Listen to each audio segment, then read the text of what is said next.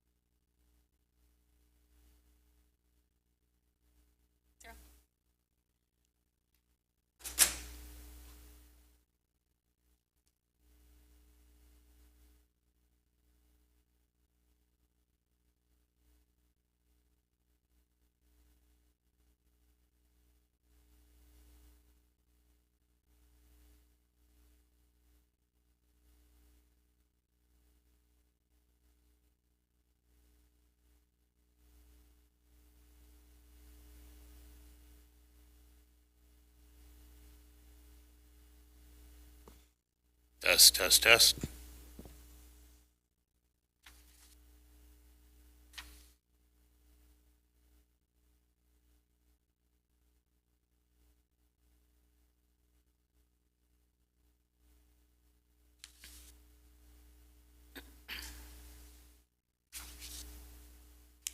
Test, test, test. Perfect. A little delay. All right, we are streaming.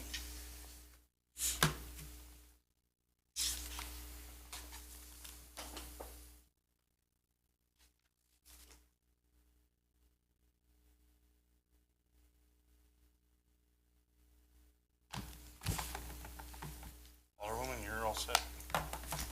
Okay.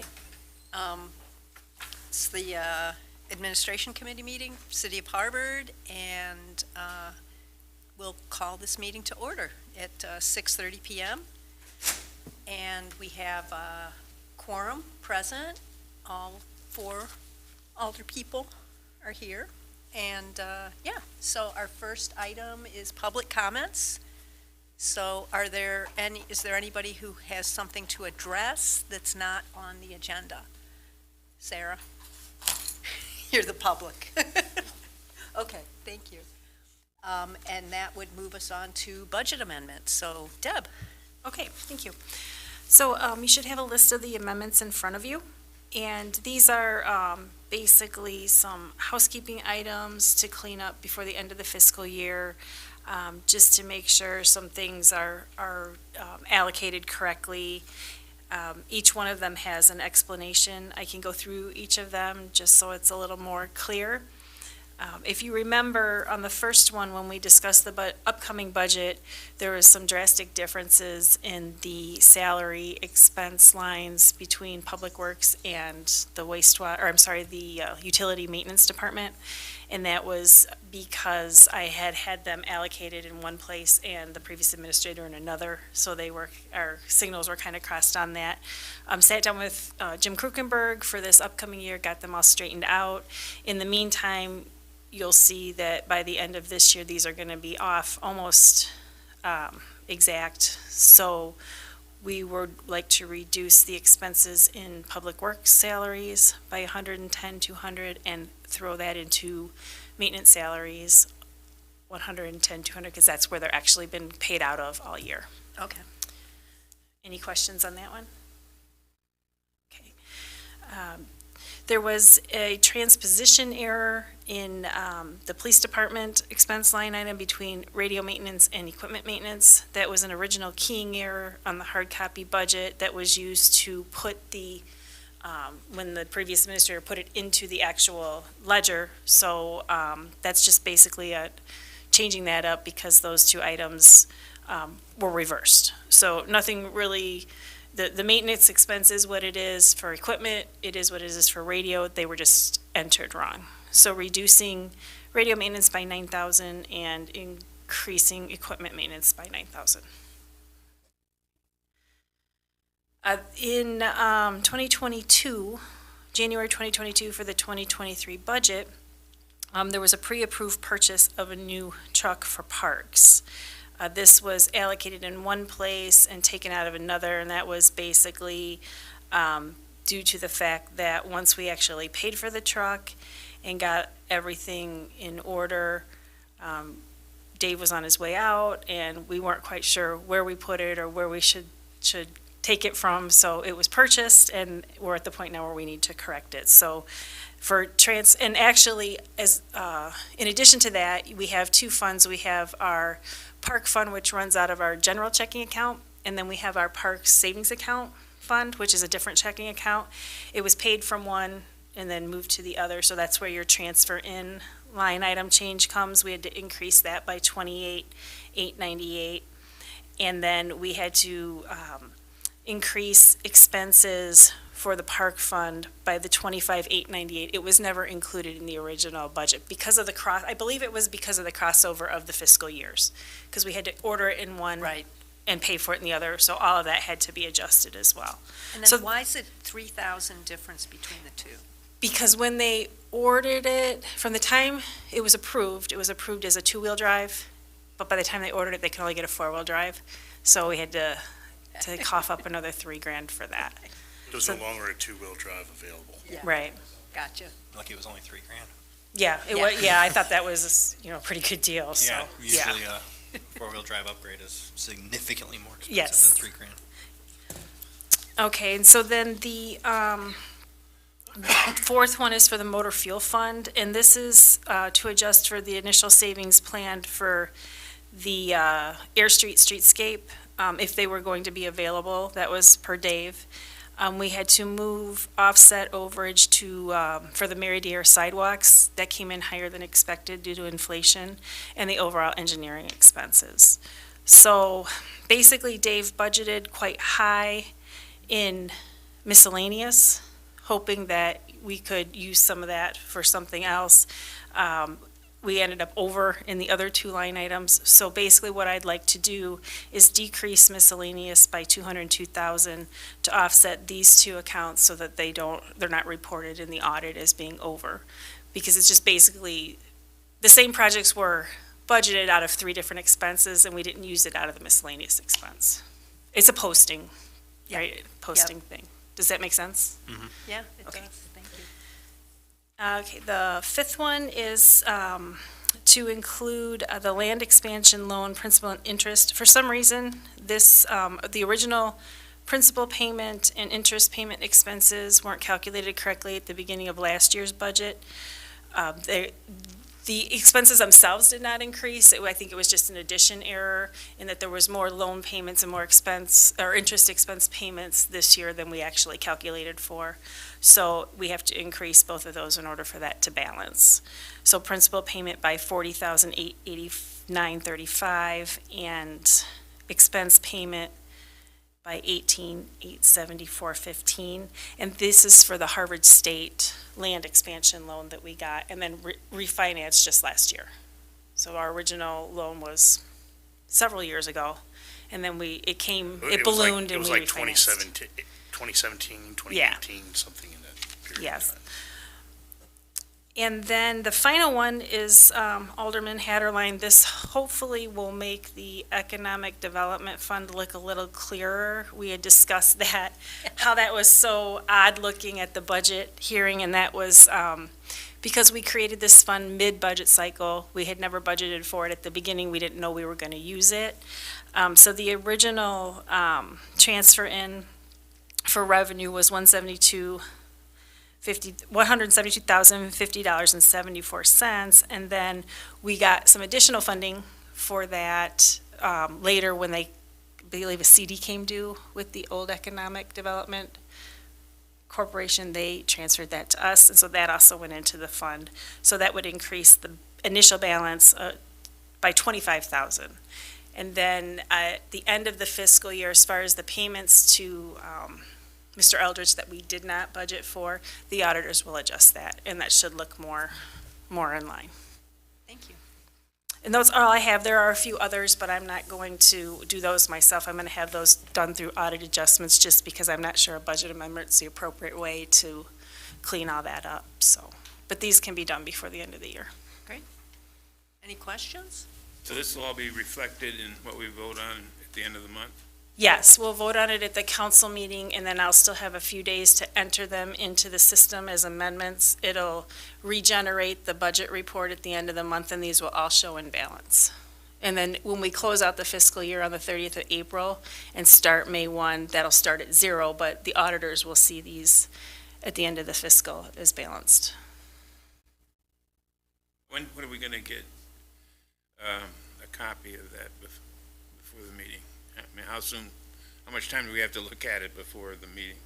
To look at the ordinance, The final, the final is done. Did Lori give you a copy of it today? She had me proof it. For this, you mean, the final ordinance to approve this? no, not the final, The final budget. yeah, Oh, the final budget yeah, a spreadsheet or, for next year?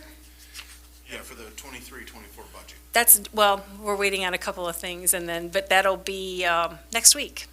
We could probably have that out for review by next week. Just waiting for a couple of letters to be finalized and then we'll get that done. okay, This won't be reflected in that, though. This is from this current year. These are corrections to the current year. oh, okay. And then Yeah, oh, yeah. you're thinking 23-24, the one we approved at the workshop. That's the upcoming year. Hopefully, we don't have as many amendments next year. Next year should be a little clearer only because with our administrator transition, it wasn't easy for me to figure out where things were put at the beginning because I didn't do it. So, yeah. But this year will be start to finish much easier to maneuver through. Do we have a motion to approve? I'll make that motion to approve the amendments as is. I'll second it. All in favor? Aye. Aye. Okay. Thank you. Yeah, thank you. Okay, that moves us to the next item, which is surplus property. You, Lou? Yes. Okay.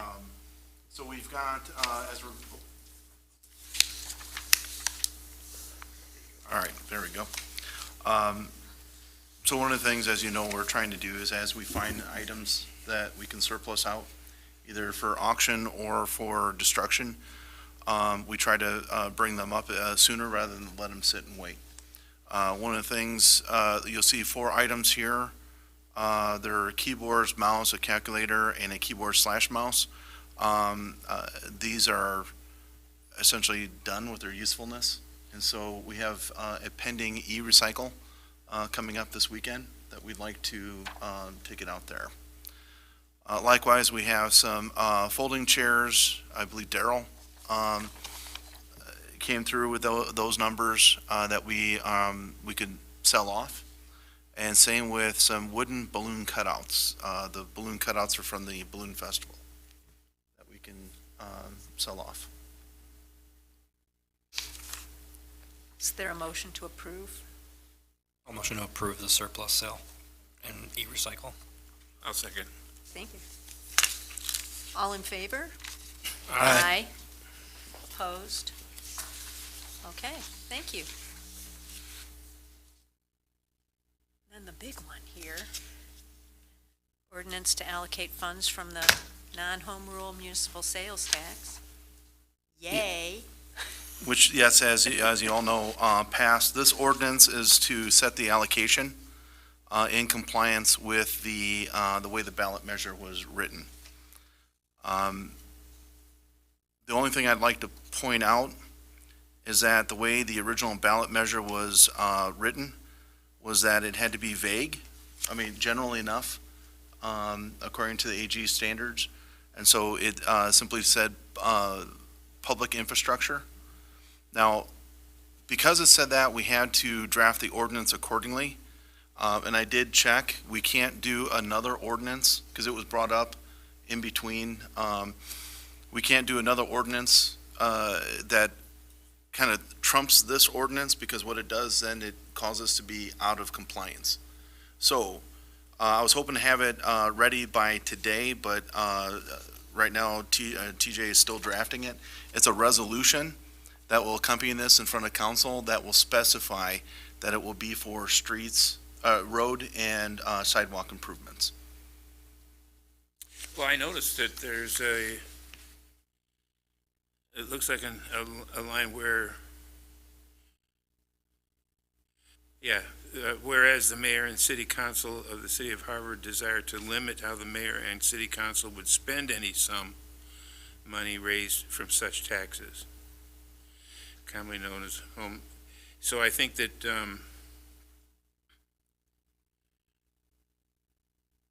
okay, so, but I just thought maybe that this was kind of you're trying to incorporate the narrowing down of this to just roads and sidewalks in this, but no, we're gonna have a separate resolution. Correct. And that's so that we're in compliance, and. Okay, I so that's brought what that's what you and I talked about. Right. The old And- one, So the previous ordinance that was passed dated. last year was written specifically for the July right. referendum that did not pass. Therefore, that ordinance is null and void. Right. So you need to pass a new ordinance. Yeah.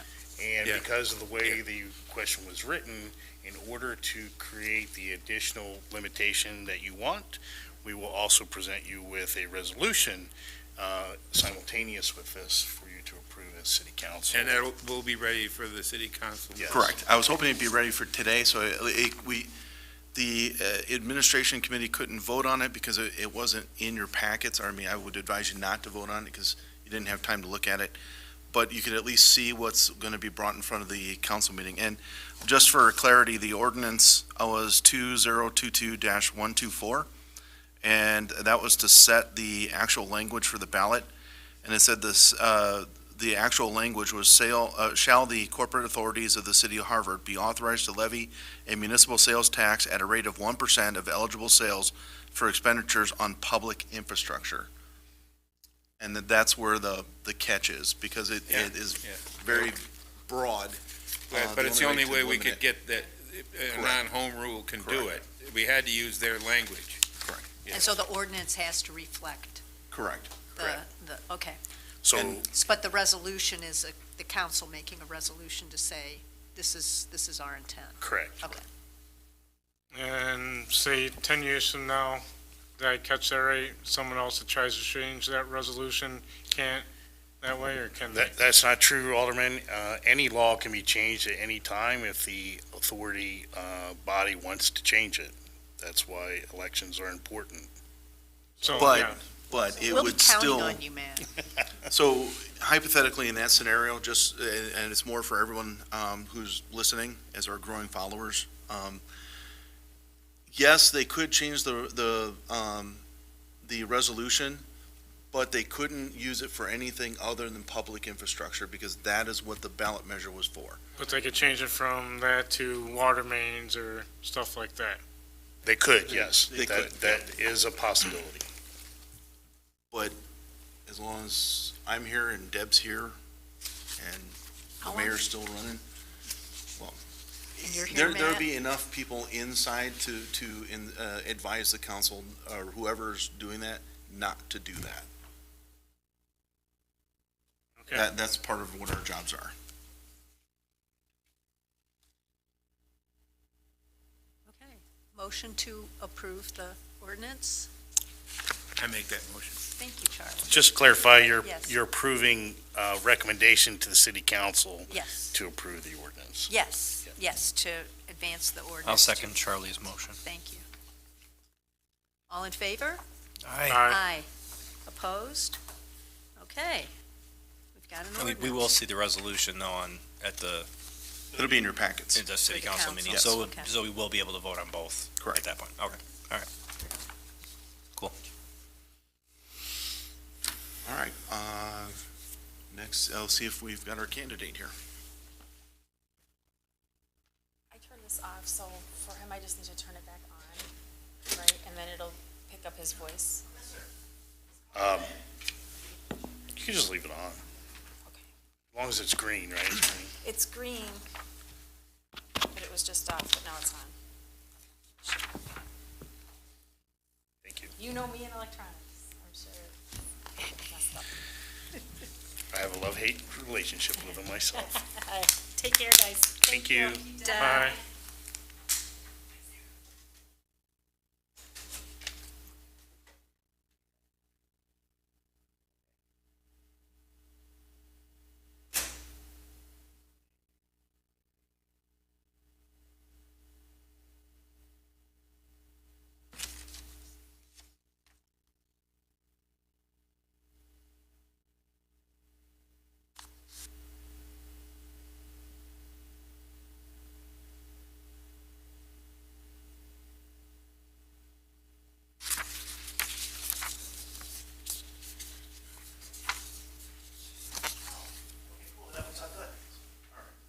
So that is the hot seat. Okay.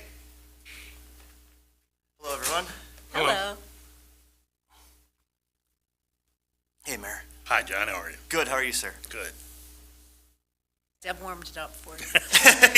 Yeah, she said she got everybody all going, so. Okay. So, John, the way this is going to go is you'll introduce yourself, give a brief background, although everybody pretty much knows you already, to kind of treat everybody as if they don't know you. And keep in mind that this is being broadcasted. Yeah, okay. And what'll happen is after this, we have yet another candidate, they'll follow. And Yes, then the committee will go into closed session to discuss and then give direction. Sounds good. Or at least their recommendations are, Okay, before Okay. the mayor corrects me again. okay, all right. So with that, go ahead and Okay. tell us about yourself. Ladies and gentlemen, of course, I know Lou and Mayor. You might not know me. For the past 24 years, I've been the city mechanic, working down at Public Works. For the past 4 years, I haven't been given a title, but I have filled in for Jim when he's been gone, on vacation or otherwise, and helped out with certain budgeting questions in regards to equipment and items like that. I've also been the union steward for the city for also 4 years, after one of our other stewards stepped down. So I do everything in the shop now, like I said, including helping Jim when he's gone, to helping Tyson out with issues with law enforcement vehicles and upfitting those and doing all the work on those. So before I worked for the city of Harvard, I worked for Motorola for roughly 5 years, almost the full extent that Motorola is in town. I started at the old Butcher Boy plant on Diggin Street, and then I was the first group to move into the new plant. And then, of course, as I told Lou and the mayor in the initial interview, that once my maintenance group was starting to pallet up equipment to be sent overseas or south, was the time when I started looking for a job. And that's when I saw the job here in the paper and applied here. So, kind of in a nutshell, that's, Okay. Yep. Thank you. Yes, ma'am. So then, committee members, feel free to ask questions.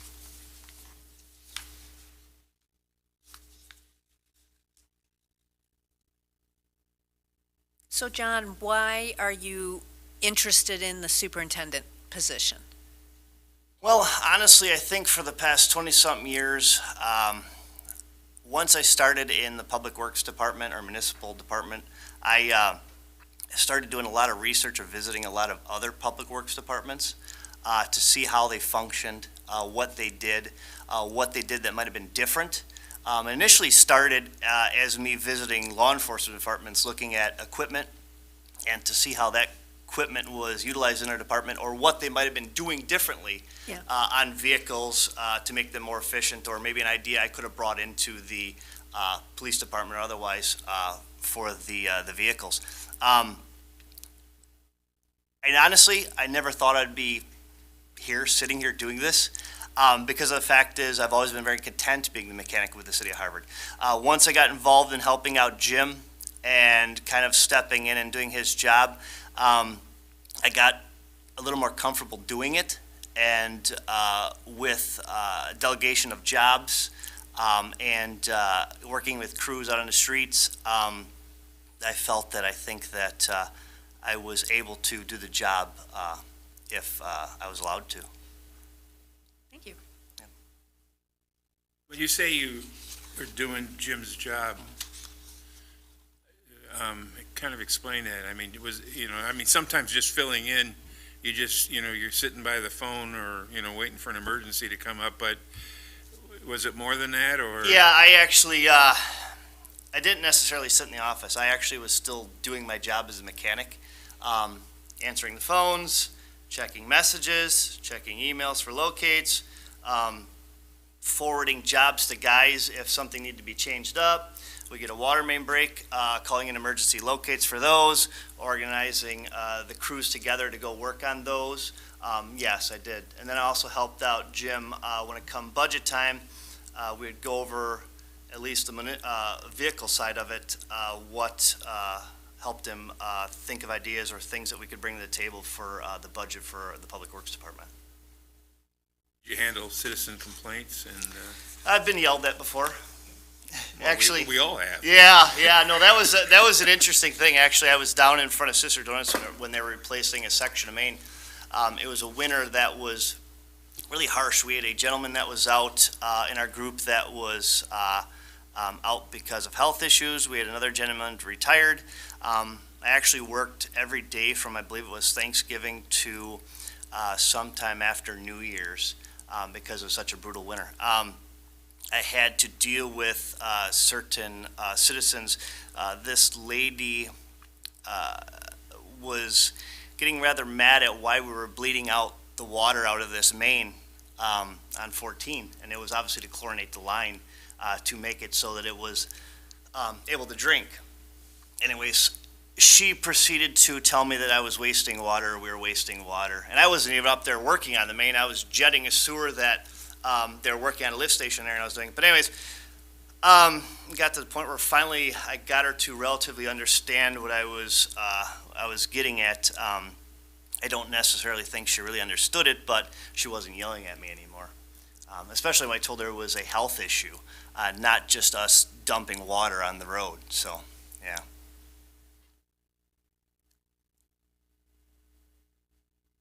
And yes, I've had others get mad at me too.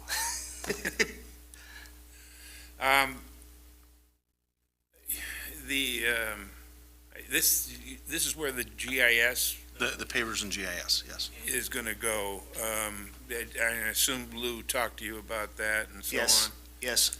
Had limited experience with that. I would have to obviously either do some classes or do some refreshing dealing with that right now, yes.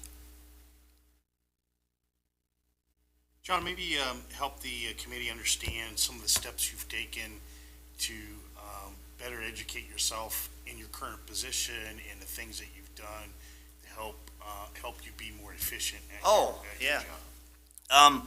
Over the years with the city of Harvard, I've done, we've always, when we've got new equipment, I've always done the training involved in that new equipment. Everything from us back in 2001 or 2002 getting an Elgin sweeper, I went and got certified and all the training on that. I've done steel safety certification numerous years in a row for tree felling and saw operation, et cetera, involved with that. I've done the VACON training for the new VACON now. I've done numerous classes involved with salting and snow and ice control, as in like proper use of salt and different chemicals on the roads to treat them when we get storms.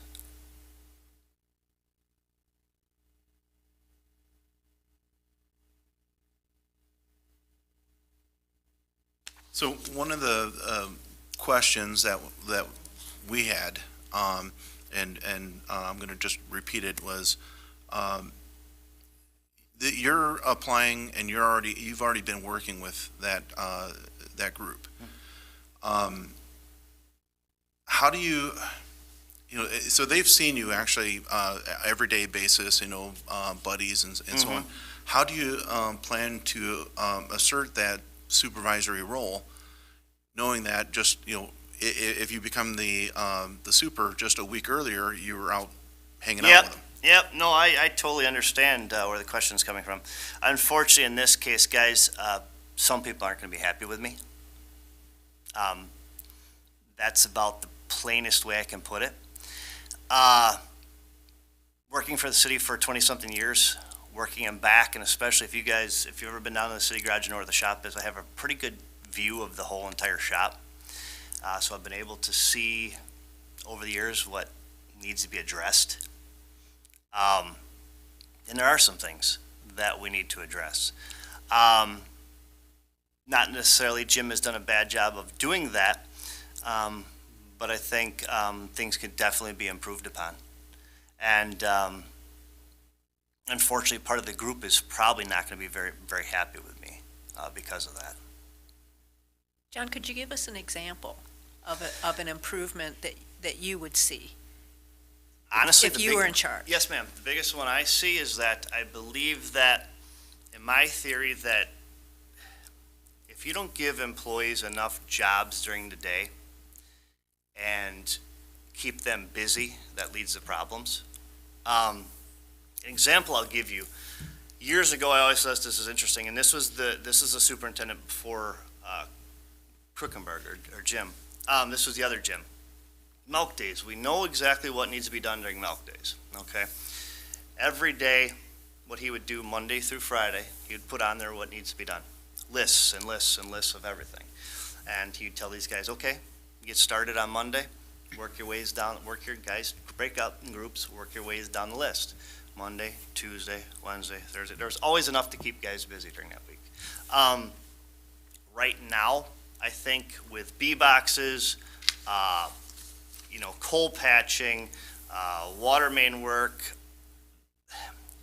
you have to be a couple days in advance in preparation of enough work to keep these guys busy. Because I've noticed if they run out of work, they don't come looking for more work. So you have to keep this group busy and keep work in front of them to keep them from sitting idle and not, earning your tax dollars or whatever you want to call it. So, yeah, you have to keep groups of guys busy.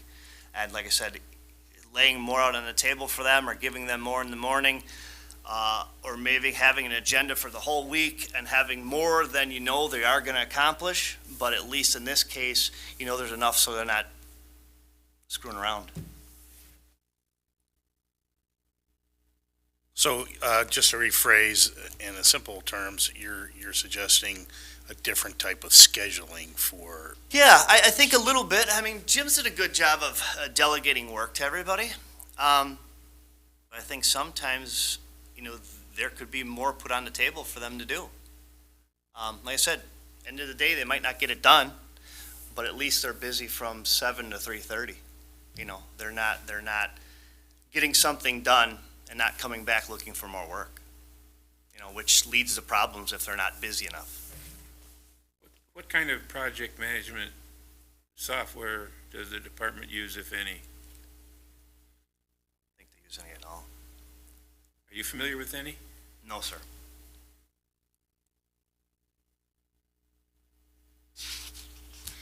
On that note, how would you be able to rally the guys coming in with this different scheduling and saying, help them do it before there's big pushback? Because, of course, they've known Krukenberg so long, there's always going to be pushback. Yes, sir. How would you handle that to make sure that they get it without them just saying, okay, we're only going to do this one job and whatever, we'll do all day taking it so we don't have to do all these other ones? Sandbagging, in other words?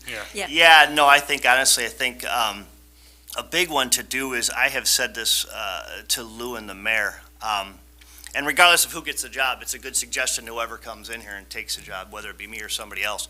The big one, honestly, is you have a rough idea and exactly these jobs you're sending them on, you know exactly where they're at. The easiest thing to do, get in a truck and go out and see what they're doing. Go out there, find out what's going on, find out what's going with the job. See where they're at in the job, because, you know, installing a water meter, running a service to a house, replacing a B-box service, unless something happens, you have a rough idea how long it's gonna take. One should take, You're yeah. dang right. You know, and let's say I send somebody out to replace a meter. You have an idea how long that meter's gonna take. If they're gone longer than what you believe is right, I get in a truck or get in a vehicle, you know where the address is at. Go find out where they're at. They should still be there if there's a problem. If not, then, well, then there might be a problem, because they're obviously not in the job site or not coming back to the shop.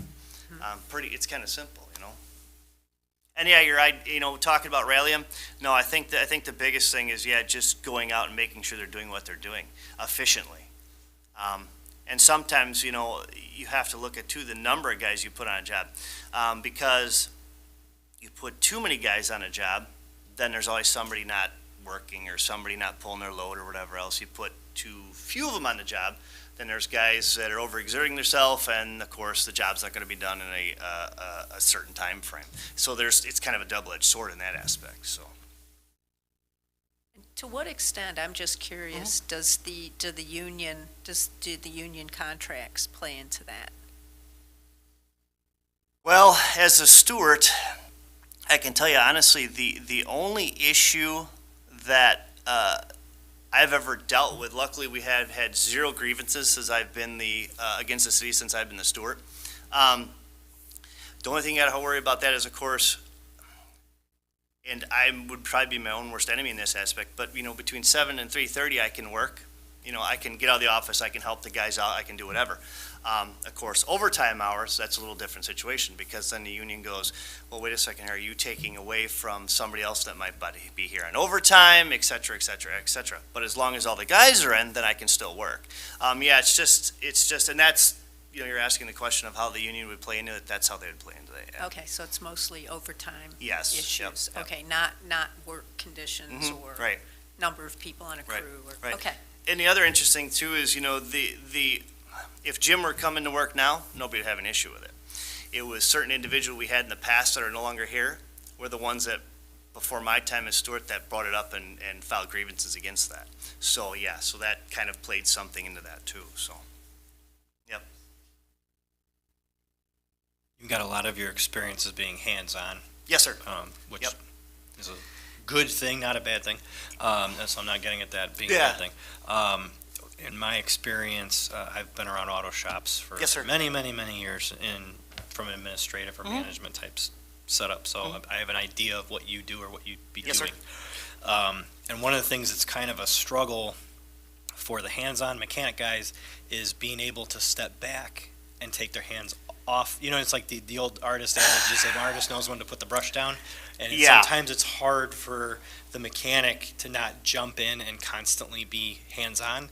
And then what happens is your face is what you're working on and the kitchen's on fire and Right. you don't realize it. Right, So right. how comfortable are you taking your hands off of things? And just be honest, how do you feel about it? And stepping back and saying, letting somebody fail and not jumping into. Yeah. This is going to be interesting because when I was hired on, I actually was hired on not just as the mechanic. During the wintertime, hopefully you guys will have positive outlook on this. Air Street and Uptown is my route. I've plowed that with a big truck for probably 15 years or so. That's my baby. I also do Diggins and the industrial complex out there too. Yeah, me not being in it would be interesting. But then I think from the administration standpoint that I think Jim's got enough going on where unfortunately that would take a lot of my time also. That I'd have to deal with either paperwork, the number of phone calls that he has to field per day, scheduling of meters. So it'd be very hard for me to not be out there with the guys working on the street and otherwise, but I think in certain other aspects I might not have a choice either. So I'm going to have to sit there and lay off the throttle a little bit and let them do what they're supposed to do and do what I'm supposed to do. So it'll still be hard though, because I am a hands-on guy. I mean, everything from being out there with the guys at this point, fixing water mains, out there jetting sewers. Luckily, a lot of other unions and a lot of other cities don't allow the mechanic to do that. They're literally just doing mechanic work. And if I go to another municipality and I'm talking with them, they're like, "Oh, what do you do? I'm the mechanic." And then I start talking about repairing a water main or digging a water main with a backhoe or what have you. And they sit there and look at me. They're like, "Well, wait a second, you're the mechanic." And I go, "Yeah, I was hired on as a mechanic, but I was also hired on as a filling guy out in the field. I mean, you need a guy to come in for a main break or to get down the hole and clamp a main or what have you. I mean, that's how I started out. I was still low man and totem-pole, regardless if I was a mechanic or not. So luckily, I've been able to have that experience versus just being the mechanic that's in the shop where it's nice and warm or otherwise. I've been out there, starting out with all the guys that are no longer there because they're retired, being low man and totem-pole to obviously now being one of the most senior guys there, helping them or working out or leading teams out in the field. So when I'm not in the shop. I guess my other question would be that, because I'm looking at your work history and Yes, sir. everything. Do you have experience with hiring and firing and building your own teams and crews? And if you do, just one example would probably do of when you've done that. I've never, luckily, in the years I've worked with people, I've never had to terminate people. I've been involved with disciplinary procedures. In my case, it's the thing is we have within the city, we've got a disciplinary policy, guys. It's the aspect of, it starts out as a verbal, it goes to a written, it goes to days off. Has it come to that within the city? You bet it has. I've been involved with that. Right or wrong, you have to be, as I've informed people, you have to be even across the board with that. The policy and that disciplinary policy has been in place for a reason. Let's say an individual does something and the same individual does the same thing. Well, you can't just reprimand one for one thing and the other, or not give them a disciplinary procedure. So no, you have to have that even across the board, because if not, then it causes a lot of issues with your guys, et cetera, et cetera, et cetera. So no, like I said, I've never dealt with terminating a person. Disciplinary policy and write-ups, and yes, I have dealt, I've helped out Jim, and I've also unfortunately had to deal with it being the UP union representation too. So, yeah, that's what I've done actually.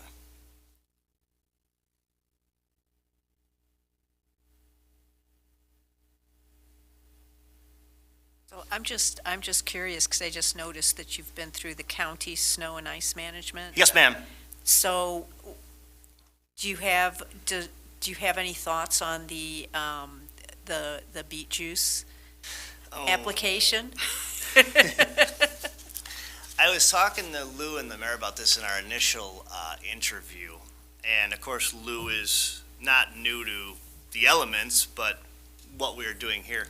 We actually ran liquid before in our trucks. We did not run beet juice. We run liquid chloride, which is just, honestly, you can look at the trucks that had it on there, and this is where I also brought up another thing that after storms I believe that we need to work on within the city. Like I said, whether or not I get the job, the next guy, that's something else you guys take notes on, and he should think about too, post-storm washing of vehicles and steam cleaning of vehicles and everything else, because sometimes in the past that might have not always been done as well. Beet juice definitely, I think, has its pluses versus, I think it's more environmentally friendly versus the chloride, because the chloride will actually, you look at the two trucks we had that we had chloride on. Now, let me put this in an example. The two that had chloride on were from like 2003 and 2004. My older ones that we have are 99 and 2000. The 99 and 2000s actually look frame-wise and rust-wise in better condition than the two that had the chloride on it. That's how evil that stuff is. And I thought we did a great job of rinsing them off. Obviously, we should have steam cleaned them even better, because it's just, and if it does this to our trucks that see it, I mean, obviously you see what it does to cars. It's just, yeah. But beet juice is an option. I mean, we would have to get back in of setting up trucks with tanks on them, and then What we did at the time when we were running liquid was what we were doing is we were out at Dunham Township. They have a tank there that's a shared tank, I think now between the county and them, and we were actually getting our liquid from them out there. Instead of having to have a containment unit and everything else at the city garage are down by us. So what we were doing is we had a joint partnership with them, and we were filling up our trucks down there. So beet juice would be interesting because we'd have to figure out where to source that from, and then of course we'd have to upfit our vehicles with. It's not really a big deal. We'd have to look into it. Of course, it would cost money, but you'd have to look into upfitting trucks again for that. So yeah, but it's a heck of a lot more environmentally friendly than the chloride. So yeah. Thank you. Yep. Thank you. That's interesting. And this is more for the general public. Beet juice is one of the options that we'd like to explore because salt can be very damaging on the roadway and age the equipment as well fast. Yep. Beet juice does not have near as much problems, but it does have some limitations. If you've got, a foot of snow, beet juice is not going to help you out a whole lot. So that it would be something to consider. Well, and my understanding is that the beet juice, you still have the chloride in there, but it's with the beet juice, so it's a lower amount. But what the beet juice does, and the only reason I know this is because the county's water resources specialist, Scott Kuykendall, who is like passionate about sensible salting, he's a tenant in lives upstairs where my office is in Woodstock, so I hear this all the time. But the beet juice, then you do it before the snow or ice event, and it sticks to the pavement. And so then, at least for small snow events, the stuff melts, and it's not washing it off the road. Whereas with the chloride, the liquid chloride or the road salt, it tends to just wash off, so it sort of adheres to the road, which is kind of cool. So you're using it as a pre-wet then? Yeah. Before storms? Okay. Yeah. And so then under certain conditions, that doesn't help, and you Right. have to get the salt out. But anyway, it's just kind of cool. But I'm excited that you went through the training. Yeah, that's an interesting class. You learn a lot. I've done it, I think, in the past probably 8-9 years, so I've done it twice. Yeah. So anyways, and obviously the interesting thing too is when you go into the class, it's interesting to see some of the things, obviously, with either salt applications, amounts of salt applied, and just to see what kind of different things people are doing, how technology has advanced. I mean, there's certain things where a lot of people put chloride on, they'll put a spray bar in the auger box of the truck and then mix it with the salt and then, put it out on the ground that way. Some people put what you call nozzles on the spinner itself and blow it on the salt as it drops. And then, like you said, then beet juice or otherwise. And then some people are using literally just trucks with plows. Instead of having salt on them, they're using tanks on them, and they're doing pre-wet and otherwise with that. They're literally not even using any salt at all. They're using just mixtures. There's also a grit mixtures out there as well. Does anybody have any further questions? Well, one question that I have, John, is, so we've got two candidates, yourself and another one, and, obviously with you having been there for 23 years, what are your thoughts on potentially having someone new come in as your supervisor? I don't have an issue with it because I'm going to take a long shot, but I'd probably just because municipal guys in this area are so close, I have an idea who it is. So, and he's also an acquaintance of mine. So the thing is me and him go way back. So the thing is I don't have a problem working underneath him. I don't have a problem continuing being a mechanic. I love being a mechanic for the city. I love doing what I do. I'm very proud of what I do. So yeah, needless to say, if I don't get the job and have to work underneath this other person, I don't have an issue with that. Sorry, guys.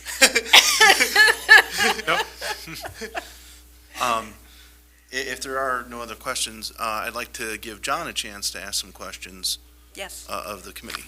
Yeah, one thing I do ask is obviously you guys see it from the outside. What are some of the things, regardless of what happens with the job, what are some of the things that you guys would like to see to improve in Public Works or in that department, or anything you've seen or heard or otherwise? Is there anything you guys have seen you'd like to see improve? I'll speak for my wife on this one. Okay. All right. Because I get to hear it. Yeah. Even Don't more, we all? even more as an alderman, which is really kind of weird. But She thinks you can do something about it, John. yeah, that's right. Street cleaning and cleaning out the sewers, the storm sewers. You know, it seems like they fill up with leaves, nothing happens, and then, you know, the next time it rains, we just get lakes and so on, and it just goes until, you know, in some cases, till a neighbor or something goes over and lifts off the thing and starts pulling it out with a rake. Yes, sir. I just don't understand why that never gets done.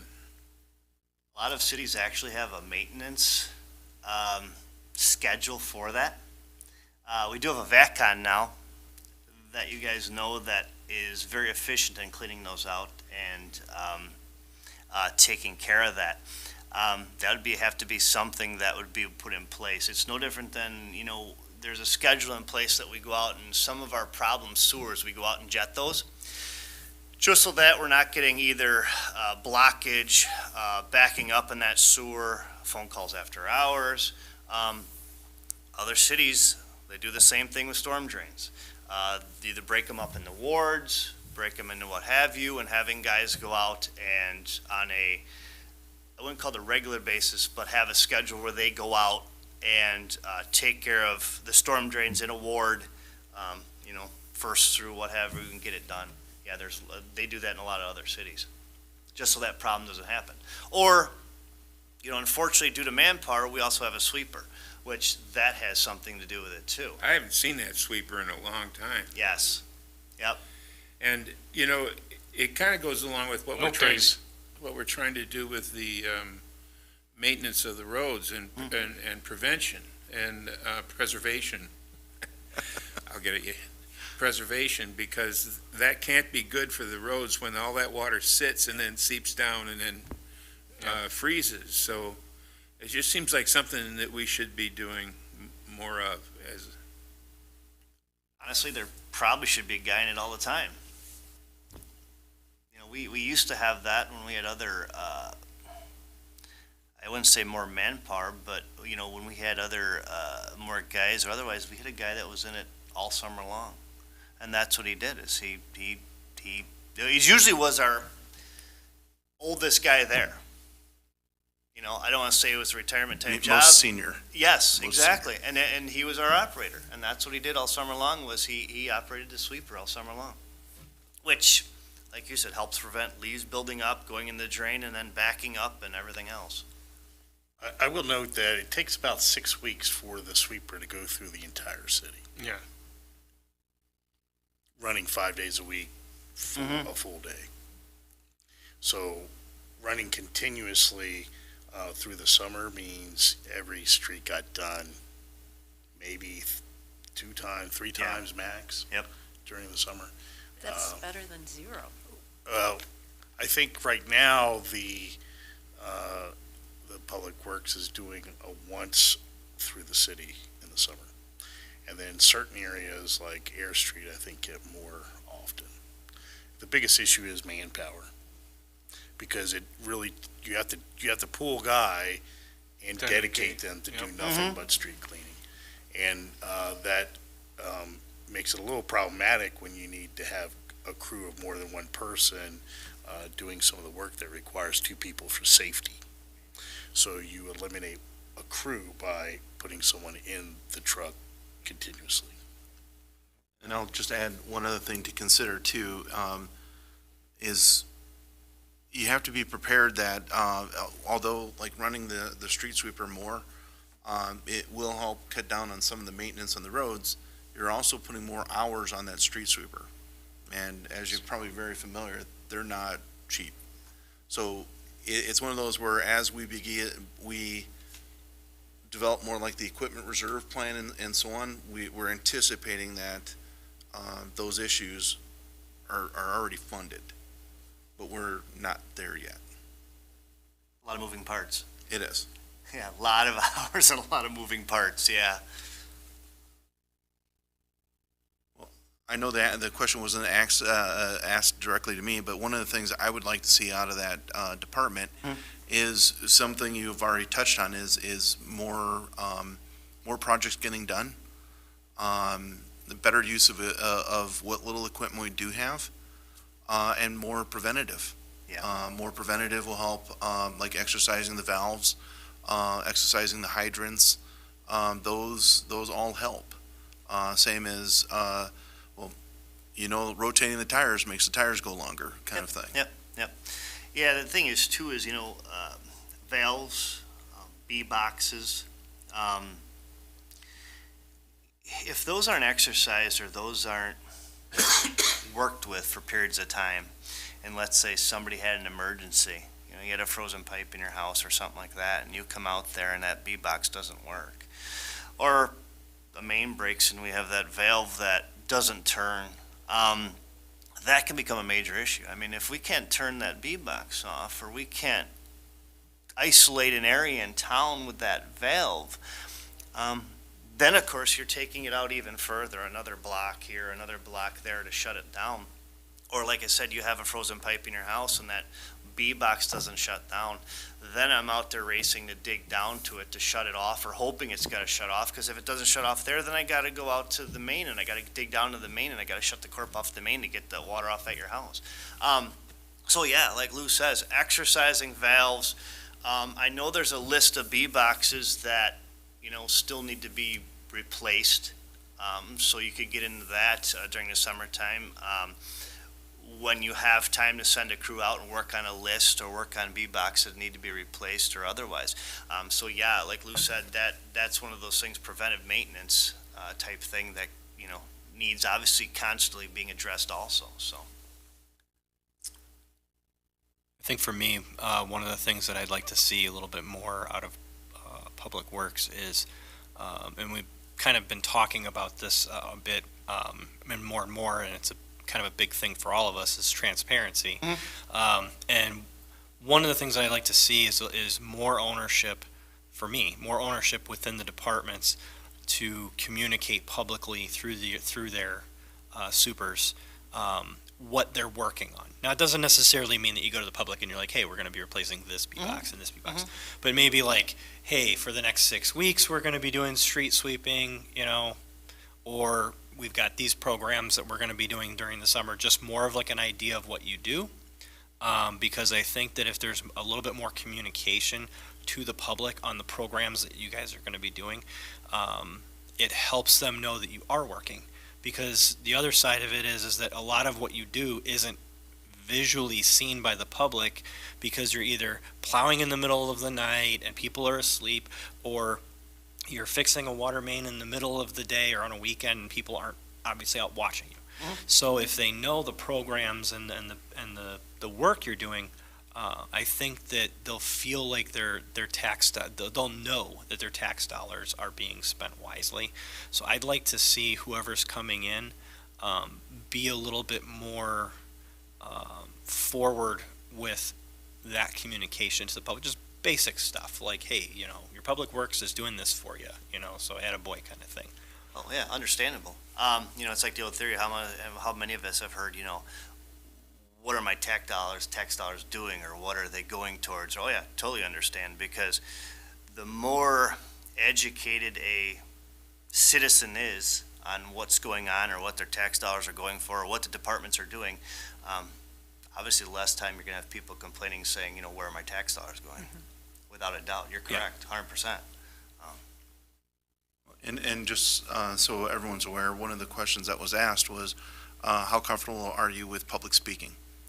One of the goals, or one of the things I'd like to institute in this coming year is you've heard of like coffee with a cop or coffee with the mayor, is I jokingly call it employee of the month, but it's having a department head make themselves available to answer those questions. What's going on in the department? No, I don't have any issue with that. Going in there, obviously, we'd have to talk about what can be divulged and what can't be. Correct. Because with me, I'm just, oh, okay, well, maybe I wasn't supposed to say anything about that, or otherwise, sorry guys, it's just the way it is, just the way I am. But no, I have no problem doing that, so yeah.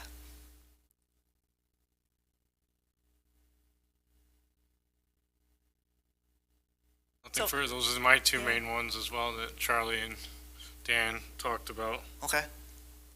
Any thoughts on the sales tax?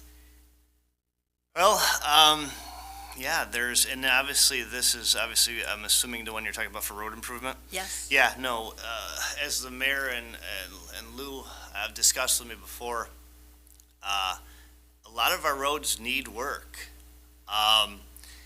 And, patching a whole section is not cheap. So unfortunately, we gotta look at alternate methods of, what can we do to obviously make the roads last that we've already done or spent lots of money doing, but then how can we take this extra money and stretch it as far as we can to do improvements on what we have that needs to be repaired? I totally understand. Yeah. The more revenue or the more money coming in, I look at it on of course, the equipment side. I would love to start replacing some of our older stuff that's over 20-something years old. Oh, yeah, and obviously streets and infrastructure is no different. If we can get, and I think, was this the second time we tried getting if you can get them to finally commit to bringing that money in, the better off we are and the more improvements we can make, to the roads or otherwise, which is obviously a direct reflection of, us. So, yeah. You're welcome. So, just a refresher, the next step is we have one more candidate, and then, the committee will go into closed session. We have an interview scheduled tomorrow, one-on-one with the mayor, and then Yes, sir. after the mayor, Yep. it'll be with me. And then at that point, we'll take all of the information, all the recommendations, and make a decision, on who that candidate will be, as far as a finalist. Sounds good. My hope is to have this wrapped up, before the end of the week. Okay. Sounds good. Thank you, John, very Thanks, much. guys. Thank you very Appreciate it. much. Thank Yeah. you, guys. Good Have to a great meet night. you. Yeah, you too.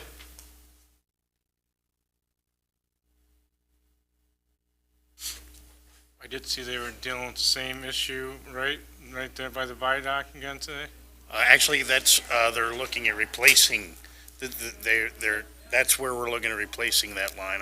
At the replacement, so it's not, that's just checking it out, it wasn't another issue. I think, actually, we might be doing the CIP, so cure I and knew we were replace, gonna do like what that. we did underneath the Yeah, I knew we were railroad gonna do that, tracks. but I wasn't sure if there was another issue before that was going on. Nope, that's what they're working on. They were Alright, well, supposed to be that's dig a few pits to be able to get down to it, but I did learn today they were having a problem with one because of the Mokler Creek. And I had suggested last week, or I'd asked if a cofferdam was gonna be required because of the amount of water. Yep.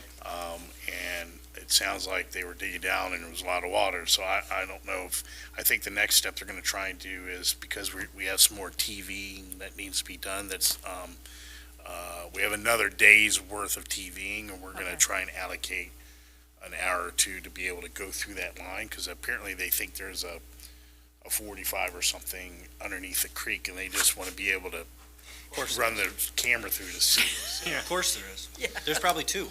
I mean, why not? So, Good evening. good evening.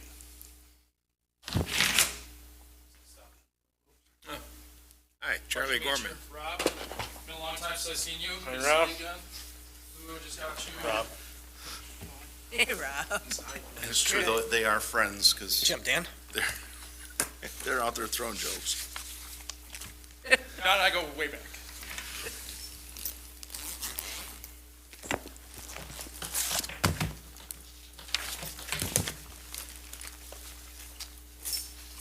I feel like I'm in a firing squad. Well, that is the hot seat tonight. Circular right-of-ways. Yeah, you and Charlie had better not. Well, Rob, thank you for coming in. Thank you for having me. It's a pleasure to be here. So Rob, just kind of like how tonight's going to go is we'll do this interview, give you an opportunity to also ask some questions. Sure. After that, since you're the final candidate reading tonight, or interviewing tonight, the committee will go into closed session to discuss both of the candidates. As you know, we have a one-on-one with the mayor scheduled tomorrow. Correct. And then at that point, based on all the recommendations, all the information, the mayor and I will make a decision and hopefully be informing both candidates one way or another Sure. before the end of the week. Sounds good. But for right now, why don't you give us your 3-minute speech? All right. So my name's Rob Lambs. Been a member of Public Works in some sort of capacity since 2006. Used to be a mechanic by trade, and right around the time, mid-2000s, it was something that was kind of going the way of the dodo bird. The good old days had ended, and a lot of the guys were talking about getting into public sector and public jobs. So I ended up starting at the city of Woodstock as a Parks and Streets laborer. Just really fell in love with public service and the dedication, everything like that. Quickly found a good home there and just started working my way up the ranks. I moved to Harvard in 2007, bought my first house when I was 20. And, it was the cheapest place I could find a house on the brink of the collapse. Unfortunately, I think my house dropped about 50% after that. But, I came here because initially it was the most affordable place I could find to live that met my criteria. But over time, I became a member of the fire department for a little while. And, until that, became a conflict with plowing for Woodstock, I really enjoyed it. I've often thought about joining that again, or, I see Chief Kimmel here and there, and I always ask him, like, hey, man, do you need any help?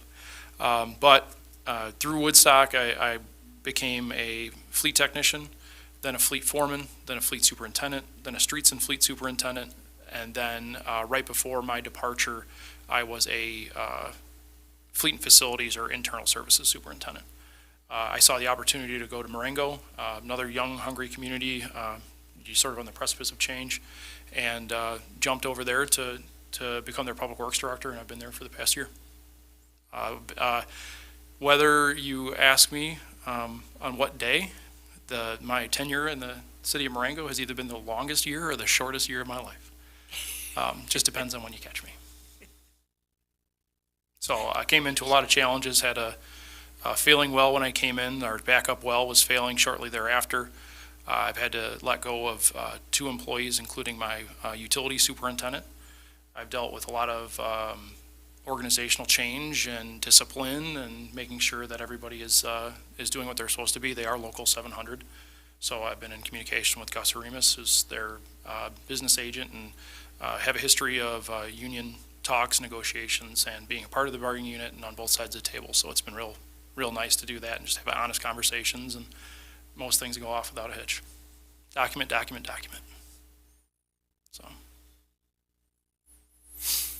So you just took this job in Marengo. Mm-hmm. So why are you interested in coming to work for Harvard? Oh, it's Harvard. I've been no hidden thing here. For a long time, I've looked forward to the opportunity to work for Harvard. This is, I've lived here for so long now. This is my hometown. When people ask me where I'm from Harvard. And, over the years, seeing the support of city staff and the mayor and the administration, everybody talking, the mayor is very vocal on Facebook. He's got the support. And then just recently, finding out that, Marengo and Harvard are in similar situations. Marengo's got we just did a paver study as well. We have a score of 41 out of 100. And I saw that Harvard's got a score of 38 out of 100. So I recently stopped by and sat through a council meeting, listened to the transportation committee and everything talk about the plan and the referendum. And when I saw that Harvard got that referendum, that's key. That's going to be how things move forward and how roads get fixed. Because without that funding, things just keep sliding off into the abyss. So really fortunate, and with the growth that Harvard's seeing, I want to be a part of this organization for all the right reasons. And ultimately, what it came down to is Marengo right now is at a point where I feel comfortable leaving it in their hands, because I've promoted a utility supervisor from within. I put a great great streets foreman in place. I hired 2 streets maintenance workers. I had a streets guy that transferred over to the utilities. They're firing on all cylinders. They can do their main breaks, their plant maintenance, everything like that. And I feel real comfortable in the team that's there right now. On that note, how about, because I know you pretty much set up Marengo, what would say that, like, say after years setting this place up, say another town opens up with another public works director, would you end up going there right away? This is my white whale. This is, working for Harvard, something that I've wanted to do for a long time. There's change afoot, new leadership, and we also, Harvard has people that are on the sort of the ledge as far as retirements go, and there's going to be some opportunities here in the future. And however things shake out after the end of that, I have no idea, but to be a part of this organization now in this growth is something that I'm really looking forward to.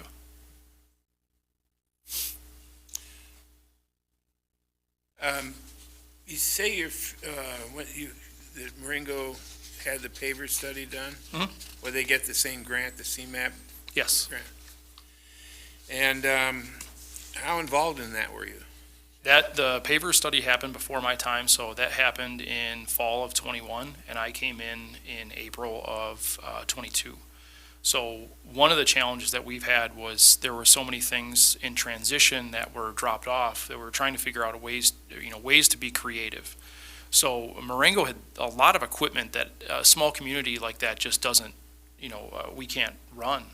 They had a paver that I have 3. My street staff is 3. We can't run the asphalt truck, run the paver, run the roller. We can't do all that. So one of the things that I did was I found a drag-a-box, and I don't know if anybody's familiar with that, but it's a Leighton box that drags behind the truck. And these things were $35,000 new for this, drag-a-box from Jack Pyatt and Associates. This would allow the crew to throw the box in the back of the truck, go to the plant, get the truck filled, and then just go to the site, drop it, field drag it, and have a roller ready to go, and they can just keep doing that. The plant's very close to Marengo. I was able to find one of these in very lightly used condition on Gov Deals in Indiana, and we bought it for $5,000. That's on the repair side of it, in other words, you had your initial report, Yes. just like we have, and now you're trying to attack those streets. Yes. But what about the pavers itself? There's much more to it than that, where you need to implement that into Yes. The fabric of your department in keeping it up to date and so on, because you have to switch over to a manual system of entering the condition of the streets. Has anyone done that? The city of Marengo has not invested in the paver software. They did the study. It was never carried forward after that. We're supposed to be 2 seats included with it. This is all stuff that was not, I've looked into many things that we've, I came in and I feel like I, constantly turning over rocks and finding more things. That wasn't something that was discussed, and even in conversations with Baxter Woodman, who was our streets engineering firm, this wasn't something that was available. Okay. Well, we do have 2 seats. Yes. And, but it requires, there's a kind of a steep curve to get proficient in its use, because it was originally designed for by the Army Corps of Engineers for Air Force runways and so on. So there's probably a whole bunch of overkill in it too. Yeah, I'm familiar with, so when you read those reports, it talks about block cracking, base failure, all that, how things are scored. As far as, is this just maintenance? Is this something that has to be repaired? Is it something that has to be taken down to the base? And they give you all the parameters in the end of it to talk about how things are weighted. Given access to the programming, I don't think it would be too long before I could be maintaining that and keeping it up for the city of Harvard. So you'd be interested in getting... Oh, absolutely. Okay. In the city of Marengo, they were really lacking a lot of those systems and a lot of that, autonomy. So I brought in spreadsheets. I made a 20-year CIP for vehicles where I can put in, and I can pass some of this stuff around. I brought a binder. This binder has my resume, cover letter. The first section here has some of the stuff that I've done for Marengo. Staff reports. This one's recapturing the money from ComEd when they went through and foamed our sanitary line. Also in here is the CIP that I did for the vehicles. CIP for some streets projects. I have lead service line inventory that I did. Obviously this all looks a lot better live. There's some stuff with the city of Woodstock and ultimately my certifications. There's also 3 letters of reference.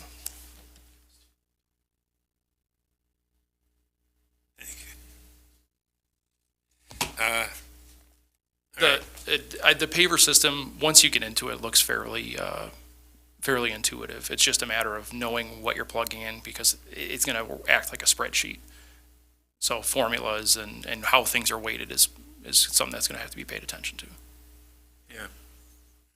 Yeah, and I think that, our report has errors in it, and, there's just tweaks that need to be fixed and so on. But then a manual system needs to be developed that we keep up with that makes it easier for us to make decisions going forward on what level of repair goes where in the city. Most things would be something that I would say manipulate in the paver system. So if the city of Harvard has 2 seats, one would probably be an administrator seat or like the one that has the most access, like overall has all the powers. And then the second one would be whoever the responsible streets crew would be using. This one's going to have non-administrative rights. You're not going to be able to make edits, and then keep it updated like that. And maybe if I hate to have copies of copies of copies, but the paver software probably exports to an Excel document. And I could take that Excel document, put it into a table, make some drop-down boxes so you could sort. Did something similar with the lead service line inventory for Marengo. And I think it's a database that you can spin off Excel spreadsheets. Yeah. I don't want to steal the. Oh, no. What's your experience with GIS? GIS, I worked with it in Woodstock, and then also when I came into Marengo, I brought with GIS. So in the past year, the city of Marengo has, we've onboarded GIS for sanitary, water, streets, and our zoning map. So now the zoning map, you can go on to there, you can look at special use permits, variances, all that. There's a lot of stuff that has to be fleshed out. The maps that we were given and the shape files that I was able to hand off, they're of varying quality. Garbage in is garbage out, unfortunately, but being a member of the Illinois Rural Water Association, there's some availability to use them for GIS data points or, ultimately a seasonal. Once you start implementing the GIS, you can hand that seasonal employee, like, hey, you're going to take this, you're going to take this pad, you're going to stand on this, you're going to put in what it is, then you're going to keep moving on, you're going to keep going on until you're down through the street. So this is it's been really nice to have, and I can't tell you how many times I've taken it out at council meetings and like somebody has a question and you're just, yep, right here, so. The data entry is cumbersome, but Yes. once it's in, you can drive decisions based on data. Correct. So did you have an intern do data in? So what we had was, at some point, there were some shape files made for the GIS data points before my time. So I was able to take the paper maps and the GIS data points and the city's water wastewater engineer, McMahon and Associates, took all the data that they were collecting and handed everything over to them, and they put everything on ArcGIS, which I see Harvard has for their zoning map. It cost the city of Marengo about $9,000. But the time saved is paramount. And guys are starting to put in, lead service lines when found. They can make notes, and even my utility crew leader was starting, he had a little notebook, and I told him, like, no, don't do that. Like, here's the notepad, right click on this, put in, if this is a trouble area, put in the last time you cleaned it. And, it's just watching them take that in is just something that's been really fantastic.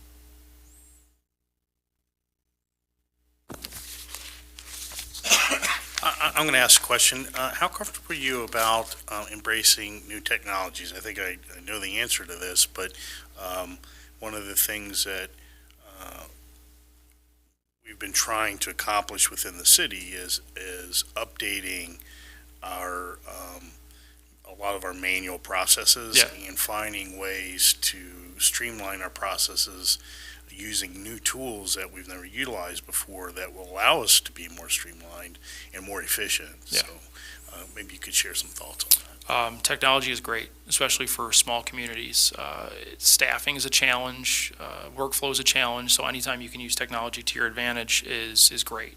One of the things I did in Woodstock in lieu of a service order system or service ticket system when I started taking over the facilities aspects of things was I went on a Google Sheets, created a Google form that you could just, or a Google form that you could just do a survey, and then it would populate everything. City Hall needs toilet paper. City Hall has this problem. It was reported by this person. They can select to get an email confirmation that they sent it, and then everything gets dropped into a spreadsheet that I can manipulate. And at the end of the year, I can see how many requests we had. But any technology, the biggest thing is cost. Paver or Microsoft Office Suite, everything has a cost, and it's just a matter of justifying that cost. See, at Marengo, you created a Facebook page. Was that did you spearhead Yes, that? That yes. was your idea? What's your overall The biggest thing, interpretation of that? the biggest thing on I did the same thing for Woodstock is, former being a firefighter, police and fire are really good at promoting themselves. They get the light bars, they get all the cool stuff. We are old school in public works. We are very much, we do the job, we go home, we're quiet.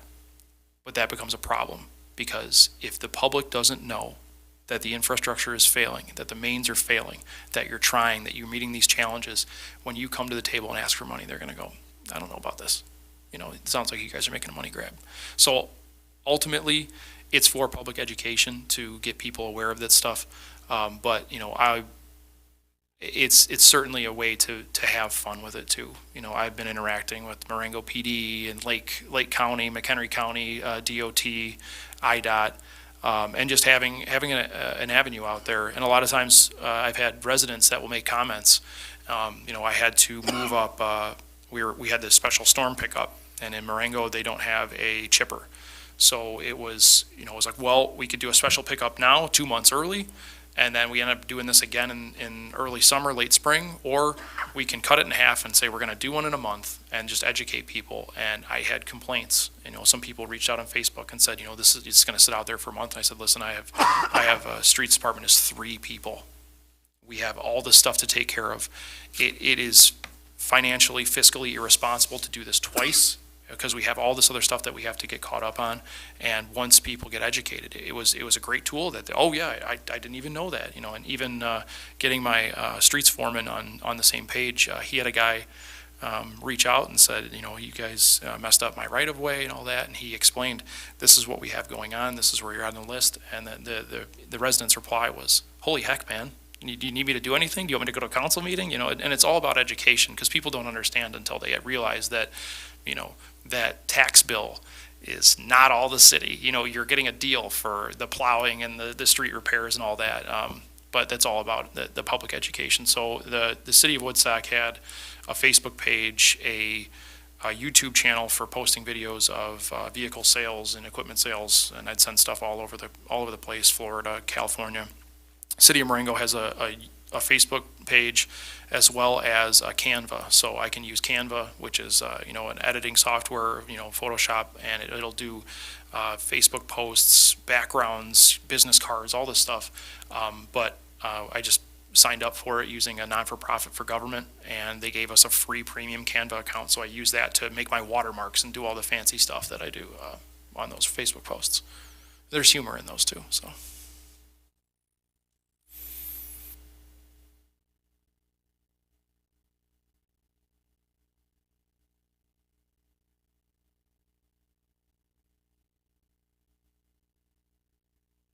I'm good. Well, so Rob, here's an opportunity, unless Mayor Dan. No, I was gonna say, you have some questions for the committee. Sure. Tell me about your street maintenance now. Does the city of Harvard have a asphalt cart, a patch cart? A what? Patch cart, like a hot box for asphalt patching? No. So what, does the city of Harvard just use cold patch? Yes. Well, we do cold patching, but we contract out for the other patching. Like skip patching? Yeah. Okay. It's like Majestic and. Yeah, Majestic. Yeah. Okay. Does the city of Harvard have like a asphalt planer or anything to mill out, sort of like a pockmarked part of road?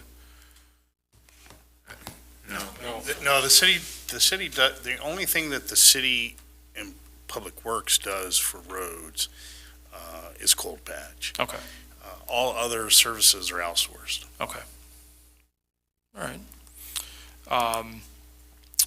What does the future look like? So I had a chance to talk this a little bit with the mayor and Lou, but what does success look like in this position for the city of Harvard?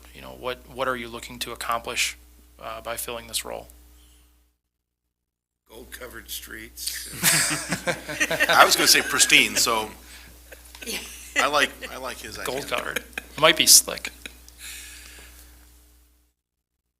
Well, I don't know if I should answer that. Well, I think that in general, if I can kind of summarize it a bit, is improvements. Improvements in the road, preventative maintenance. One of the things I'll insert there is training. Sure. Not just for the superintendent, but also to train the rest of the department, because we need some better succession planning. Yeah. So there's that, and then just constantly looking not just for dollars, but also at other materials. Right. I think we talked about cast iron versus seamless as far as water lines, or Okay. the C900 Sure. PVC. Yeah. There's pros and cons in both, and then what's best for Harvard. Right.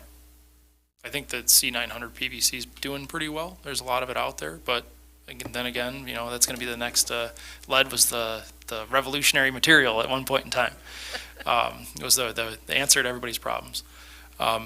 So you said before the lead service line inventory, that's being handled by Jim Grant and the the utility department at this time?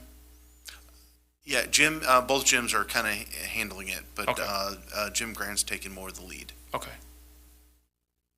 But more on the streets thing, and I'm sure you probably covered this, but in the past, we just used to pick 6 to 8 blocks that we could afford to do something with, and, Sure. and grind them down, and leave the curbs the way they are. Mill and overlay, and then you end the curb end up getting real Right. short. And this year, though, we decided, regardless of whether the referendum passed or not, that we were going to go back and microsurface the last 5 years of roads Sure. that we completed. And then with the, I think, $100,000 that we still have beyond that, we are going to do some stopgap patching, which would require a contractor, but Right. it would taking the worst spots, and boxing them out and Yep. and putting in, I think, 4 inches of Yep. and I don't, what's the right word? Asphalt? Surface. Surface. Yeah. Surface. surface course. You can get your head chopped off if you Only say with, that. only with The wrong John. thing. Oh, really? Oh, yeah. We Yeah. have Good one, thing John's not here. we Yeah. have one alderman that is an engineer that works with road surfaces, so Okay. Good to know. So we always have to be correct in our terminology. Yes, it's probably like N95 surface course or something like that. yes. Yep. He just, we Totally just understand. had that conversation. So, but anyway, so that's the one change that we've made. And it came from pavers to some extent and Yeah. and also from our city engineers as well. Who is your city engineer for roads? Christopher Burke, Uh, Gary Ross. Burke or Seabell? Is Yeah. it Burke? Yeah, Okay. Burke, The specific engineers, Gary Ross. Raz, we won't. I call don't- him. It's a really long last Oh, name. okay. I don't know if I've ever been. Yeah. Don't know if I've ever been familiar with them, but no, the paver system and something that Woodstock had started to do that in the last couple of years, which was you get away from, you're always focused on these streets that are really failing. And the problem with focusing all your time and effort on those failing streets is that is the most expensive street to repair. So right at that transition was when I started having conversations with the residents where it's like, I know your road is absolute garbage, but I can get 3 miles done if I use this money somewhere else. We will continue to maintain your road the best that we can, cold patch, corrective materials, anything like that, but, it's hard conversations, and I even had to do that in Marengo, when somebody complains about the condition of their sidewalks, and I have to tell them, like, if I took your 10 squares and I gave them to somebody else, I would make them very happy. And, it's just the realization, those conversations, if you want things to change, we're going to be out there asking for money. We're going to be asking for funding, and this stuff has to happen. And, you get a bunch of allies when you start talking to the residents and educating them on sort of the challenges. Yeah, but to finish on my point, where I was headed with this is that I think that now that we have gotten that revenue will be forthcoming, we're looking for as much help as we can get, not just from a city engineer, because he costs money every time we want to bring him to Call him. a meeting, but to have someone within the organization who has that knowledge, who can guide the transportation committee in making its decisions on what we do next. Absolutely. Because that's the next step is to, okay, the revenue is going to start to come. How do we best use that revenue to get the most out of the roads, the road repair? Sure. Does the administration committee believe that the street department is adequately staffed at this time? No. I don't believe it is. How many positions short? If I had just waved my wand and had the money, I think we're short by about 2 people. Okay. How many do we have now? We have 6, Okay. And 6 part-timers? including mechanic. I think 6 part-timers as well. I thought I saw that on the last year's budget. Yeah, I think it's about 6 part-timers. Those are for snowbirds. Sure. Snowbirds. Snowbirds only, but no summer seasonal? There is some summer seasonal, yes. It's like that, 3. Okay. I think are 3. Yeah. Speaking, that just jarred something loose. I did notice in the personnel over the past couple of years, there used to be a streets foreman, and that position has been vacant. Is there a reason for that? What was the question? The streets foreman is left vacant. I guess I'm curious. Is there a reason that role was left unfilled? That happened prior to my involvement in city government, so I can't answer that question. Sure. I believe there was when there was a downturn in the economy and the city had to really tighten their belt, a couple of the departments lost headcount. Sure. And have not been replaced. Probably when people retired, they just didn't fill. Yeah, we didn't backfill a number of Yeah. positions. In my tenure, we've replaced 2 people where we could, but I agree with Lou. I think we could utilize more people in the department. Sure. But of course, it's a budgeting issue. Yes. And the police department too have a similar issue. So. Yeah. I think one thing that I'm looking for is whoever comes in to take a hard look at the department. Sure. Make sure that, or if it's not being very efficient with their time, to get it efficient. And then the argument can be made at that point, like, all right, we're doing everything we can Right. with what we have, but we can't keep up because of this. Correct. And so it's like, clean up your own house first before you ask for more people. I didn't drill down into the numbers, but I saw that on some of the activity reports, that the hours are accounted for each task. Are all the hours are accounted for?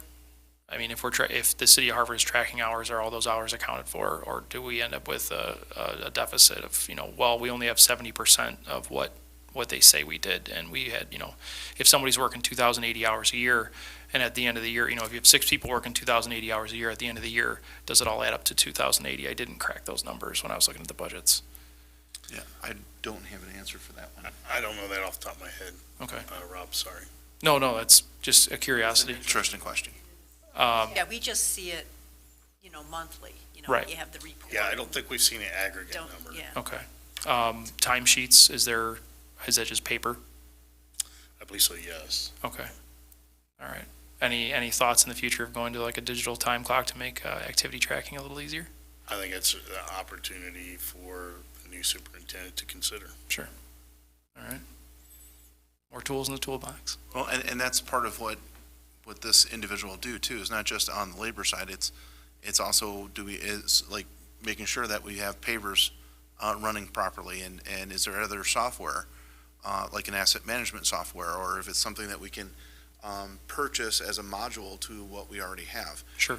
To work with administration to make that department run as efficiently as possible. Is there any asset tracking software or any sort of technology in place right now? Okay. If there is, it's a bunch of spreadsheets.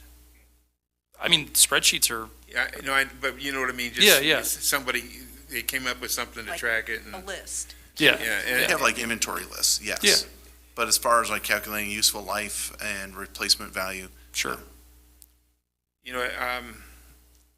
It brings up a question too, is that I think some of the add-ons you can get for like city management software and so on is a project management. And, I don't think we're using that in any aspect right now. We're not. And so have you used some of that, like that's available? So the city of Woodstock had something, it was very antiquated, and they were looking at getting something new prior, post me, because they're just, I think there was Asset Works or, City Web, things like that, where they had all that turned in. The fleet department used a software called Dossier, which is where I kept everything as far as asset tracking and maintenance schedules, that kind of stuff in there.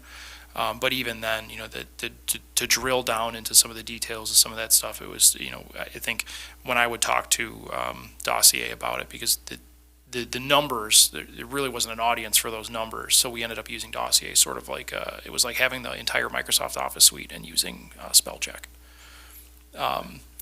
It had all this power, but then when it came down to it, where you bring these numbers up, and it was like, well, we don't know, this doesn't matter. But any sort of asset tracking software or just CSR software, I mean, that would be huge. CSR, we had this many requests on this many requests on this, and GIS can take a lot of that on, where you can start tracking when things happen, how often they happened, maintenance, sewer line maintenance, and then ultimately take an inventory. Because if you have something where we were here 3 times for a main break, right now I don't know if that's being tracked in Harvard. I imagine somewhere, there's a pin on a map. This was the same way it was in Marengo when I came in, and we had this many here, but how deep was it? How often? How many clamps did you see while you were down there? How many repairs did you have to make? Just stuff like that. The GIS is huge. I don't know if there's been talks about onboarding GIS here in the past. Does the city of Harvard have any shape files or any? So we instituted to create GIS for our city about 4 years ago. Okay. And so we have been collecting data each summer, hiring an intern to help us with that. Very cool. So we're very committed to having a full GIS system for all of our various layers of the city. It's good to hear. So we've started that process, but obviously GIS always needs constant updating, but we're not even at a point yet where we've got all of the systems categorized yet. So. Right. Would it be storm and, just storm, wastewater, water? Storm, wastewater, potable water, streets, signage. Okay. I mean, The I full boat. think all the things that we can get into the system, we want to, because with, once that data is in there, it's much easier to track data and make decisions based on bona fide data versus, well, I think. And, well, my impression is this, but when you really look at the data, well, actually, Right. you had 6 water main breaks here in this 2-block area. Sure. Maybe we should think about replacing that water main because it's clearly inferior product. And so things like that will allow us to be better efficient in how we make our decisions. Absolutely. Sort of back to the foreman question, when Jim is gone right now, who fills that role? I mean, obviously Jim's been here a long time. He's got a lot of vacation time. Who fills that seat when he's not around? So currently it's the city mechanic fills that role. John.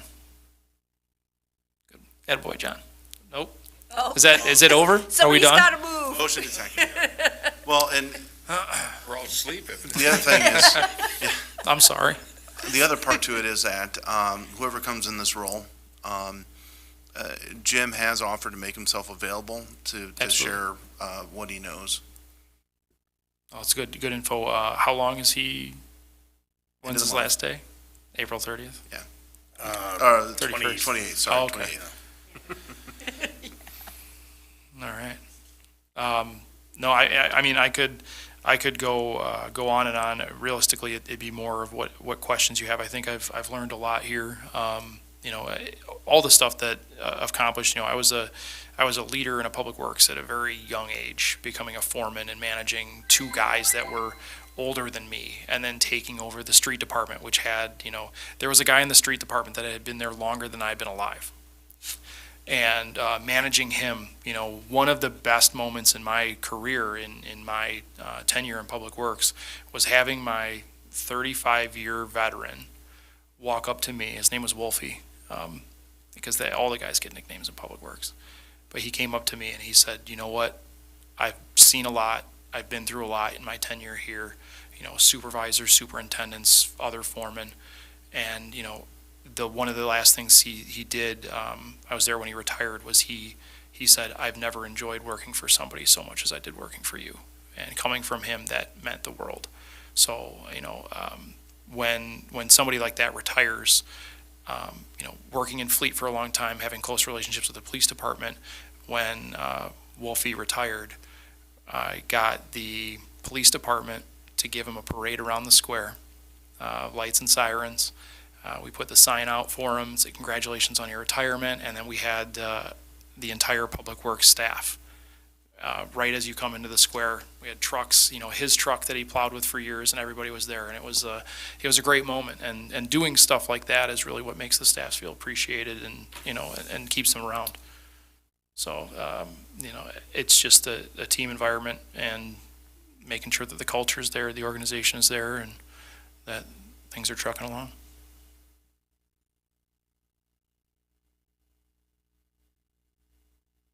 So, Ed, I think I can read the room that everyone's done with questions. Do you have any other questions, or? No, I'm happy to see that I'm among good company. John's a good guy, so. And at that point, we'll go ahead and end this interview, and the committee can get ready to go into closed session. Sounds good. Thank you. Thank you. Thank you very very much. And don't forget your binder. I mean, if you all want to keep that, I know where you're at, so. Please don't motion till you Okay.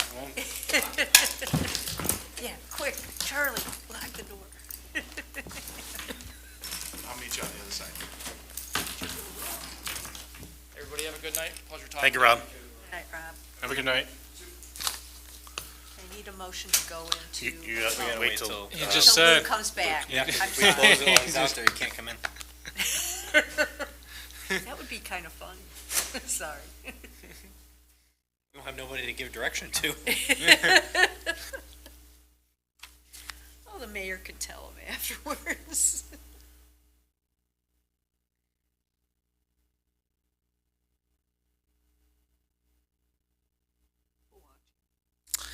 I believe there were 3 watching. are they all your phones? Just one is mine, so 2 other. Two others. 2 other individuals were One's watching. my wife, so. Okay. Making sure you're still at the meeting? Does she give you a critique afterwards? I'm sure she will, yeah.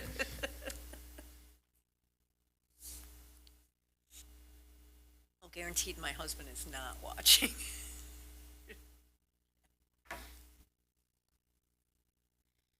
Well, he can watch at his leisure at any time he likes in the future. Which would be never.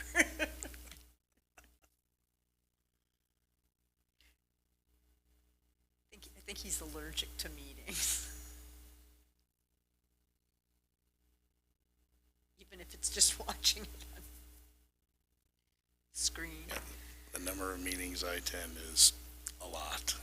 Between, Meetings are much more interesting when you're a participant. Watching them can be like watching paint yes, dry. that's true.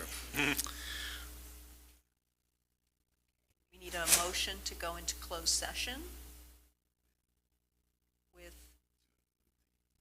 Mayor and the city administrator. to include the mayor and the city administrator. I'll make that motion. I'll second. Thank you. All in favor? Aye. Aye. Okay, we for are our- in closed session. For our listeners, we are going to stop the broadcast at this point since we're going into closed session. Just, you, just direct the, mayor and administrator as discussed in closed session. Is that something we need to make a motion for? That's just something that has to be said. It's just now that we're acknowledging that we provided our input, and then the Correct. mayor is going to do an interview, in-person interview with each of the candidates, and we'll make a decision, and hopes to have that agreement by city council. Yes, indeed. So we will be negotiating salary with the chosen candidate, and then we will make that appointment and present to the city council for confirmation at the April city council meeting. Motion to adjourn? Motion to adjourn. One quick Okay. thing, Lisa, Yes. I know we don't have new business on here, but I know we normally do. Did you see my email today about, did you look at your email? See your email today. Yeah, I sent you an email because after city council last time, it was going to go to transportation, but we decided to do it since we weren't going to do transportation meeting this month. It was going to go to you, but it was the parking, Air Street parking. Oh, right.